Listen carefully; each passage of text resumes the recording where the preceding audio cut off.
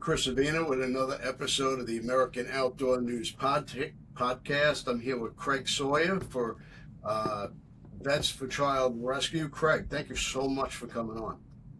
Yeah, it's a privilege to be on, Chris. Appreciate the coverage on this important topic.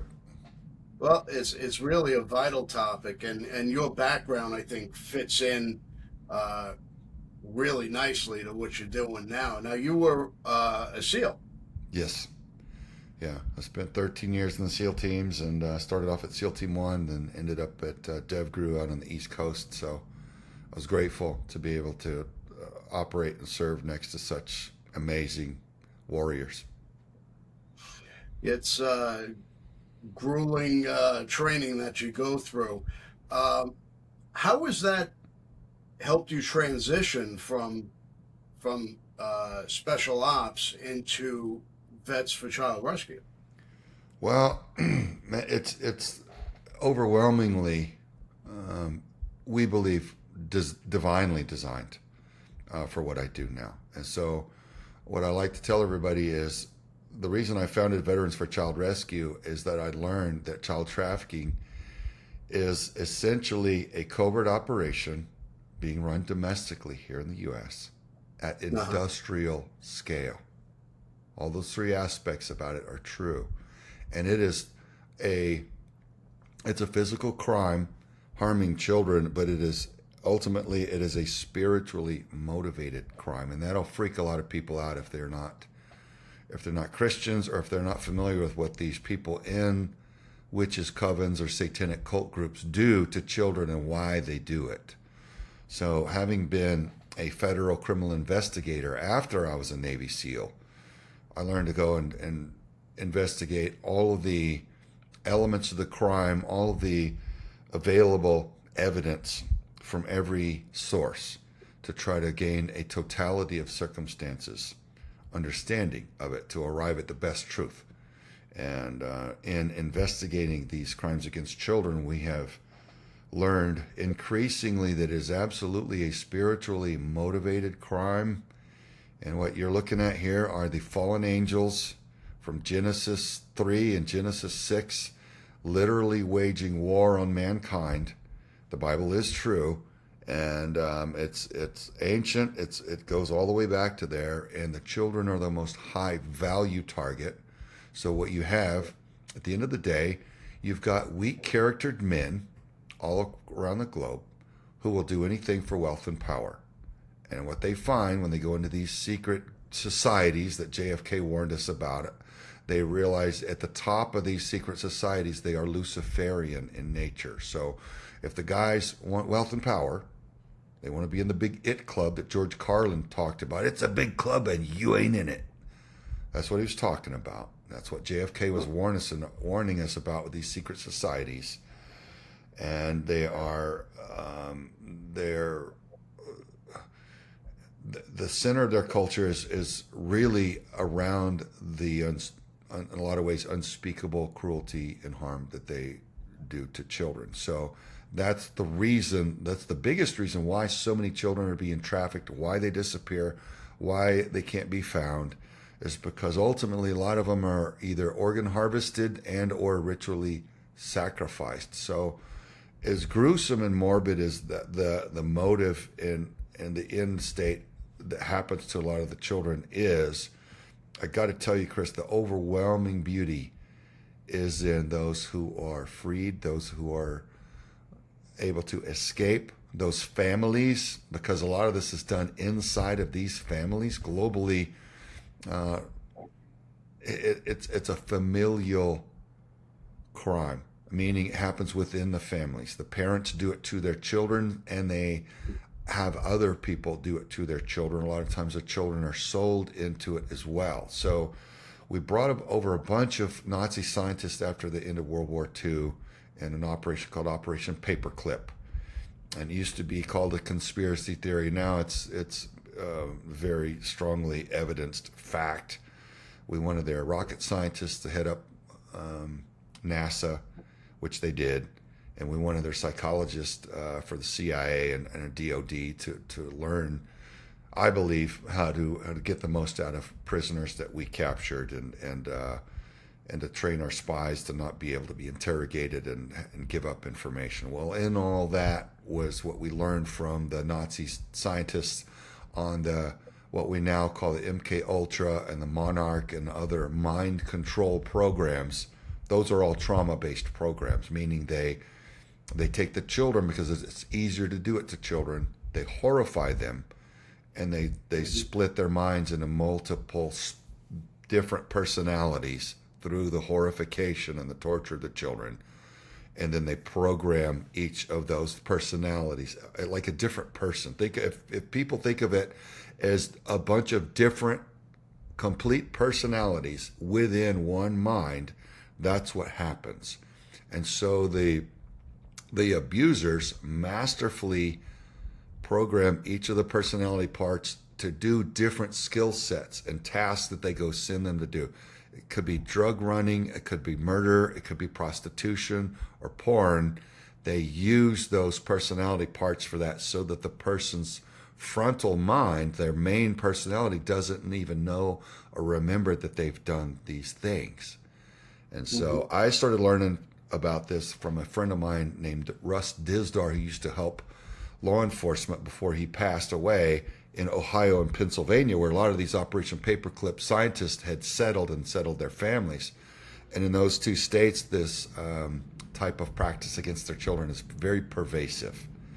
And so law enforcement would show up at a crime scene and see a bunch of bones in the living room, a shrine of bones, and ask Russell, what does this mean? Is this person into something weird? And he would come and have an assessment and go, oh yeah, this person is into a certain type of the occult. Here's what it means. Here's what you can expect to find in their case and in their contacts and in their evidence and all that. So I started learning about this very weird culture from him, who had to just deal with it practically with law enforcement. And that's what we do. Now, we run joint sting operations, Chris, with federal, state, and local law enforcement all across the country. We now have 53 child predator arrests and about 160 warrants. And so I say about because you never know for sure how many have been, those warrants have been executed and arrests have been made over the years around the country, because they don't always call and tell us that the arresting authority is not always privy to who made the original case on them. And so we find out sometimes on an operation that the arrests have been made there recently, and we're like, okay, well, let's celebrate that win then. So that's what we're doing, man. And we just got back from an operation in West Virginia late last night, and they haven't run much of this there. So we had predators of all types come and try to get children. And sadly, some of the predators, we had more females respond in this operation than we ever had in the last 9 years that we've been running Vets for Child Rescue. Wow. And we believe the reason why so many females are responding to try to obtain children is to feed their husbands, to feed the monster, the children that he wants to sexually abuse, lest it be their own children. So now, are these groups more cult-like than demonic spirituality, or what's the makeup of them? we're finding every manner of it. I think if you look at it from a big picture macro lens of, you're in a spiritual war literally between the kingdoms of good and evil, the creator and then all of the fallen ones. Then you could see where there's so many different flavors all around the world. There's all kind of little small occult groups and covens, and they all do it a little bit differently, but there are templates and there are high seasons of certain lunar times in the lunar cycle when they have a heightened activity and more rituals, and they believe they get more power. And there is a level of power that they get from this that the general public's not aware unless you really start to research the people that have come out of that community and the studies and the investigations. And there is a level of power there, but it's so ugly, Chris, and it takes such horrifical horrific behavior to bring about that power, and the power's temporary, and it's always very costly. And so what they have to do is they have to do more abuse, and I don't want to get too morbid, more abuse to more children to keep powering. It's like any addiction, to keep powering up the temporary power that they get, and then they end up in such darkness they can't even return and see the light, and they don't even, they just become horrible people, and with So horrible results all around them. Go ahead, sir. This goes way beyond like Epstein Island. Yeah, but that's what was going on with Epstein Island. Now, there was one witness that came out from the inside that said what they were doing there was, and I don't believe this has been made public yet, it needs to be, is that there was a breeding program there where the visitors were, in some, at least in some cases, I don't know what percentage or if it was even all of them, the visitors were mating with essentially enslaved young teenage breeders who would breed the offspring for the visitor, and then whatever they were doing with that, I don't know. I don't know if they were using stem cells from the offspring or if they were doing. I don't know what they were doing. I won't speculate on it. I know the types of things that the victims have described to us that we've interviewed that have come out of the satanic ritual abuse realm is that there's a lot of early rape. I'm talking about straight out of the womb rape in diapers, and it's gruesome and it's unspeakable and it's evil. But by doing that evil, the abuser gets temporary power for it. So there's a lot of stuff that they do with the blood and the DNA, and it's all an abomination before the Creator. It's despicable. Nobody should ever be engaging in that. So that's what we're learning about, increasingly exposing. But as a federal criminal investigator, I bring the factual evidence of what I have that I could prove in a court of law for real convictions in court of law, so that you're like, yeah, this guy did this thing because here's all the evidence that demonstrates that it's true. And so, Well, I know the Trump administration, at least in the first administration, was behind breaking up these pedophile rings. Is that still the case? I believe it is. It seems like there's a lot more effort now. Certainly in the last administration, what we had was a deliberate betrayal of the American people. Mm-hmm. It was treasonous.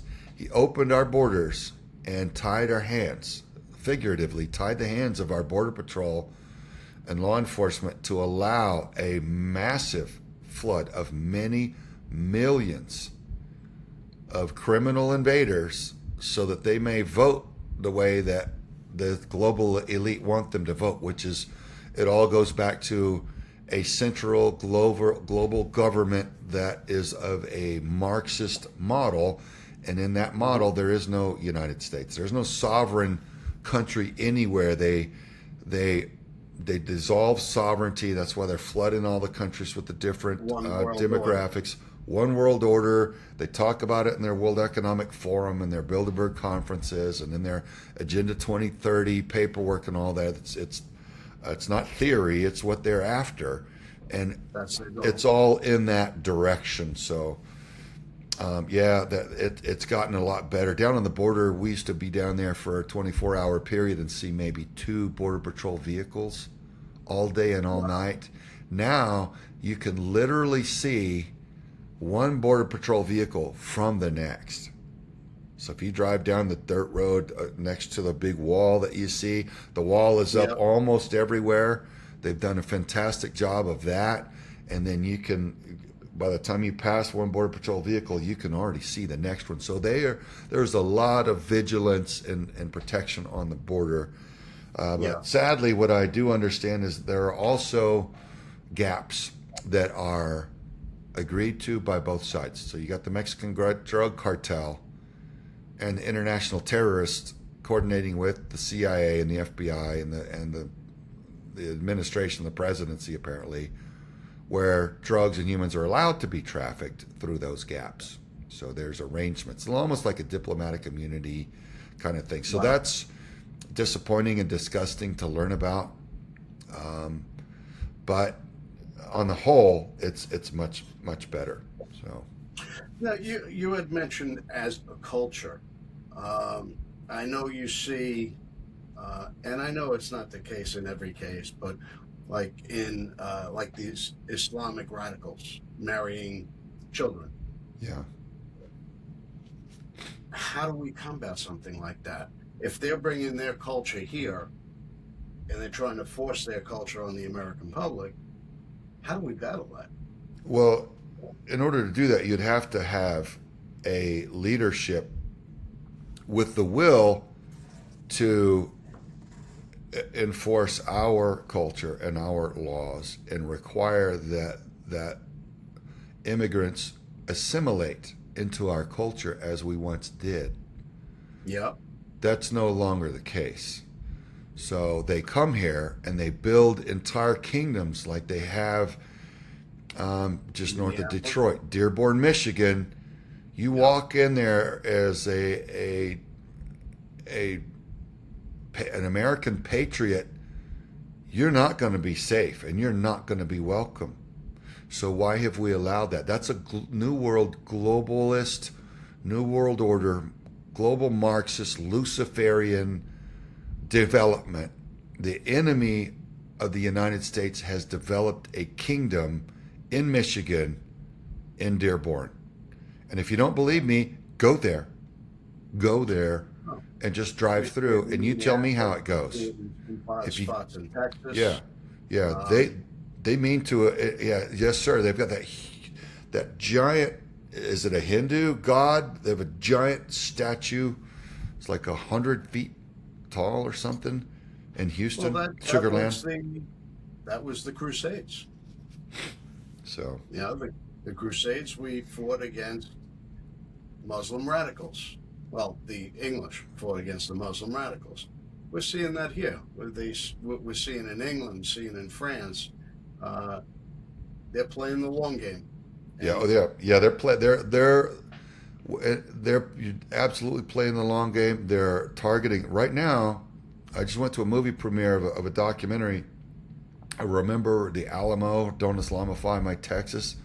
Well, uh, um, in that they demonstrate all the evidence of the Islamists directly and deliberately targeting Texas first. If they can overthrow Texas and Islamify Texas and bring Sharia law there, the rest of the states will fold because Texas is perceived as the biggest and the boldest, much like the United States is for the globe. As goes Texas, so goes the United States, and as goes the USA, so goes the world. So right now, Texas is under an invasion and assault over our culture. So they want to install Sharia law there and then checkmate the rest of the globe. And we obviously don't have the national will to resist or stop it. So it is happening, and it's happening at a disturbing rate right now as we yep, speak. it So is. So, what are the biggest misconceptions that people have about human trafficking, child trafficking, things of that nature? I think one of the biggest ones is that it's happening somewhere else and that it's only a third world problem. That's what I tend to believe before I learned about this and started Vets for Child Rescue nine years ago. And what I'll tell you is, no, it's here at least as much as it is everywhere else. It's just more covert here.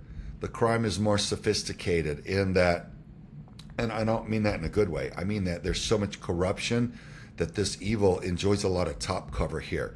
So you have a globalist billionaire, I won't say his name, but his initials are George Soros, who funds the, let's just call him George because that's his name. He funds the campaigns with district attorneys, judges, and attorneys general to get them in those elected seats with the secret agreement that they will not prosecute crimes against children. That's, folks, that's such a glaring conflict of interest. The fact that that's allowed in our country should be an all-stop red flag we should stop work. We should stop all systems until we get that corrected. Our DOJ and our judicial system is utterly broken until that gets restored. And it's that way. It's been discussed in open congressional session, and nothing's been done about it. So under that, we're losing. We, the American people, are losing everything because you got MS-13, Crips and Bloods now trafficking children like they would have trafficked drugs. You've got parents selling their children. You've got children selling themselves and selling each other, tragically. And then you have the Mexican drug cartels selling children. And then you've got Health and Human Services under the Biden administration, a federal agency contracting companies like MVM out of Northern Virginia to illegally and covertly smuggle children in covert flights deep into the interior of the United States at night, into airfields like Chattanooga, Tennessee, after hours when it's highly illegal to land after midnight. They land at 2 and 3 in the morning with a bogus tail number that's changed every flight with vinyl graphics, and with a bogus manifest that says cargo instead of souls, and 30 children are taken off the flight and shoved into POVs and buses who race out on a highway that's not patrolled during that window of time due to the corruption, the local corruption, to facilitate this industrial scale crime. That's why I say it's at industrial scale. I'm not exaggerating or mixing semantics here. I'm telling you what the evidence is of our investigations and what the American people need to know. So what's the good news? The good news is we, the people, have the power if only we will link up and rise up and assert ourselves as patriots and citizens, as is our duty, frankly, our civic duty, to overthrow corrupt aspects of our government, to throw the bums out when they're betraying us, to prosecute them, to set an example and a deterrence, and to allow the people to enjoy justice, because the American people are starved for justice, and it's demoralizing for our nation. So Russian KGB defector Yuri Bezmenov said, hey, and part of fifth generation warfare is to demoralize the population through such failures and continued betrayals and division and deceit, so that they could destabilize our populace, destabilize our nation, and easily overthrow us without a single shot fired. That is what we are suffering right now. That is happening. Our nation is being overthrown. All the global digital currency and everything that's going to allow them absolute control, it's being ushered in place by this president right now. And along with all the others, they're all in the same globalist program, and we got to realize they're not on our side. They may do temporary things for a temporary benefit, but unless these high-level subversives that are directly operating against our nation, like Hillary Clinton and George Soros and these others, unless they're put away irreversibly in prison and stopped, then nothing's going to change. As soon as this president's out of the White House, they will continue destroying the United States at industrial pace. So it's an emergency situation. We just don't see it yet. So the world's friends of mine in the intelligence community say this: we're precariously perched right now, and it looks peaceful still until it absolutely breaks. But if it falls off, it's going to go very bad very quickly. So we get to change it. So the radical left pushing these socialist agendas, is that all part of this? Yes, sir. Yeah, it's all part of the plan to destabilize our culture, usher in every manner of perversion and injustice and division. You have to hate me and I have to hate you because of whatever difference they can issue to us. Mm-hmm. And then because we hate each other, we're divided, we're not proud of what we have, and we'll give up our freedom without a single shot fired in our defense. They need a new target every quarter to point their fingers and say, that's the bad guy, that's the one that's the reason for your misfortune. Yeah, exactly. And we have to realize the Hegelian dialectic that's continually played against us: problem, reaction, solution. So they, being the global Marxists who have the most wealth and power around the globe, they're Luciferians and they are pedophiles. They sexually abuse and torture and ritually murder children. So they're not good people, and it's their agenda that they craft in their think tanks to issue out to the public. I know a guy from the CIA who was the guy to go around issuing, and he was in a group that was sent around the globe to disseminate the narrative. And it was to podcasters. They weren't really podcasters yet at that time, but it was radio, it was television, it was music industry, and big Hollywood issued to them, here's what you're going to promote. You're going to promote the perversion. You're going to promote racism. You're going to tell everybody that they hate each other and that they're all the victim, and they need to rise up and riot and protest, and there needs to be all this horrible stuff.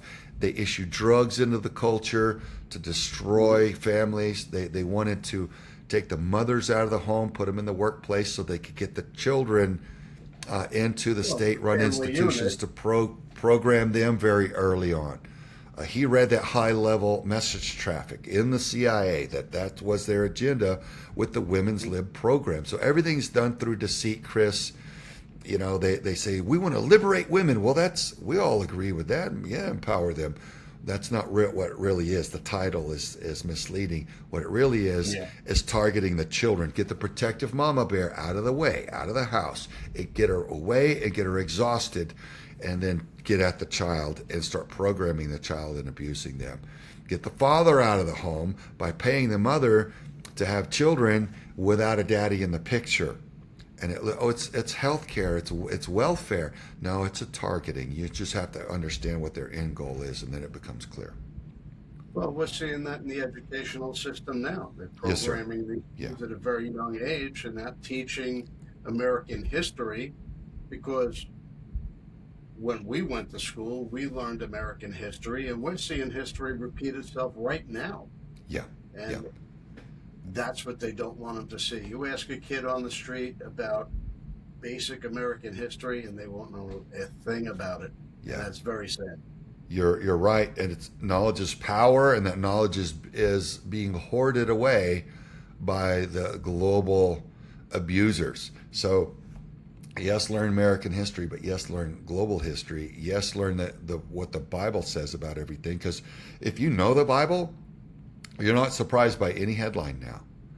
A lot of the populace, they're stunned when they see a headline. We're not. We're like, of course it is. We knew that was coming. The Bible said it was coming. And furthermore, in addition to the Bible, the books of First Enoch and Jubilees exposes a whole lot about the big agenda and the history of it and how it all fits together. So those are all helpful. Knowledge is power. Get you some. Don't let them hoard it away from you and keep you dumb so that you're easily abused. So what are the warning signs that a parent should be aware of? Well, you're not going to have a warning sign if they get your kid. A lot of the kids they bring from other nations across the border illegally and through shipping containers and everything else and covert flights, but they also body snatch children off the streets still. They target single moms very heavily through Child Protective Services, sadly enough, which is usually a state-run entity. And that's been corrupted in some states. Some states, I think they're still doing pretty good work. Other places like Arizona here, it's particularly bad. They're horror stories. So they'll target a single mom and say, we're the authority, we're deeming you an unfit mother, and we're going to put your children into the foster care system. The mom never sees the kids again. And the child goes from foster care home to home to home, and then eventually off the books as a runaway, and nobody checks for the child. The child's been taken, sold, raped, murdered, organ harvested for big money and big demonic ceremonial power. So that's what we need to know. Get in your children's phones. Go to v4cr.org, our website. Make sure you know which apps are problematic and how it works to protect them. And then invade their privacy to the degree that you have to ensure that they're okay and they're going to live to adulthood. and not be Now, traumatized. shifting gears a little bit, you also own Sawman Tactical. Yes, sir. So, in my tactical background, I had utilized a lot of equipment. I modified a lot of it, and I paid a lot of attention to what I had and what I wanted. And I developed a knife that I'll show you here for those who are watching it. It's called the Stab, the Sawman Tactical Advantage Blade, and it's exactly the knife that I wish I had as a SEAL operator. It's got 17 tools incorporated into the design. It's made out of a very, very high quality, high end steel, and a tungsten glass punch on the rear of it. It's a great tool that I believe all law enforcement and military would love, and any other man camping or guy that likes knives. I don't see how you could buy a better blade than this with more utility and function than that. So that's at sawmantacticalblades.com. I appreciate anybody that buys those, and I know it'll serve you very, very well. So I appreciate Now, you. That was My your call SEAL sign. name? Yeah. And that started, frankly, on the playground in elementary school, and then became my nickname through high school football and everything. So that when I went into the military, my call sign became Sawman. It was just natural, How did organic. they come It's due to up my with last name, Sawyer. How do they come up with some of these names? Yeah. People that think that it's some sort of morbid chainsaw analogy, in wartime. I'm like, no, there's nothing like that. It was just Sawyer's my last name, so they took the first part of that and played with it. All right. Well, I appreciate you taking the time to speak to us today and enlighten us on what a lot of people think about, but they don't know about. How do people get involved with Vets for Child Rescue? Yes, sir. Well, we got a lot of tools and options on how you can get involved on our website, v4cr.org. That's the number 4, so Victor 4 Charlie Romeo.org. If you go there, surf through all of what we're doing through the tools and the options, and pick your own method of getting involved. Again, I encourage everybody to get involved civilly. That's why the global communists are such big community organizers, because they're recruiting the dark side at the community grassroots level. We have to counter that and recruit people for good. Instead, if you want freedom and liberty, you don't want global Marxism, folks. That's a tyrannical, demonic New World Order model. So the good news is, again, we have the chance to fix it and run it the way that we want our country to run, and our founding fathers wanted it to run. So there's the beauty. So let's get at it. So we need to get out and vote this November, vote in your Absolutely. primaries, vote in the upcoming election, and it all starts locally. So Yes, vote sir. in your local elections. It's going to help us down the road. Yes, sir. Absolutely. 100%. All right. Thanks again for taking the time to speak to us, and go to the website, make a donation, get involved, and keep your eyes open. Blessings to you. Appreciate the coverage. We'll see you. Thank you. We love our children. We protect them. We guide them. We prepare them for life in the world. With all that we do, from deep in our hearts, we cannot control all things. Life-threatening illnesses and disabilities affect far too many of our children each year. While we cannot change the circumstance, we can make dreams come true. Dreams to provide hope, to provide spiritual healing and strength, to provide moments of happiness and relief in the hardest of times. We can give a glimmer of light and hope in a time of darkness and despair. Join huntofalifetime.org to help make dreams come true, to provide hope for children with life-threatening illnesses and disabilities. Hunt of a Lifetime is a non-profit organization fulfilling dreams for hunting and fishing trips to youth 21 and under with life-threatening illnesses and disabilities. Visit huntofalifetime.org to learn how you can make a difference.